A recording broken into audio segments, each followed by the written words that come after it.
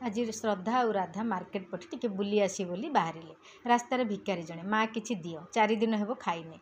राधा झट करी 20 टंकिया काढ़ी ताकू देला। श्रद्धार मन को हजम हो नए कथाटा तू कहीं देलु अरे खाइनी 4 दिन है कहला परा। श्रद्धा तू जानिनु एमाने मिछरे पारंगम मिछ कही मद पियंती से पैसा सरकार पर 5 टंका डालमा भात आ मंदिर में ठिया हेले पेट पुरी जीव आजिका जमाना कहूचे मु खाइनी तू विश्वास करचु। मद पीवा जेकोसी स्तर को भी खसी जाती एमाने पुओ मरीगला माइकिना देह भल ना माँ मेडिकल अच्छी एपरी नाना कथा कहते मद ही सेमानकर सर्वे सर्वा से बजार बाट सारी फेरला समय पुणी जड़े माँ मु 4 दिन है खाइने। श्रद्धा फटाफट 500 टंकिया बाहर कला। खुचुरा अच्छी कि भिकारी जन कहला हाँ। श्रद्धा काल विलंब न करी कहला जा से पैसा पाख होटेल रे खाई पका। राधा भावुए मद पाई केते तलू खसी जाती जोटा को मनीष को विष तुल्य कर दिए तार मनीष पुणी या रोड रास्तार बिक्री कर दिए। धन्यवाद।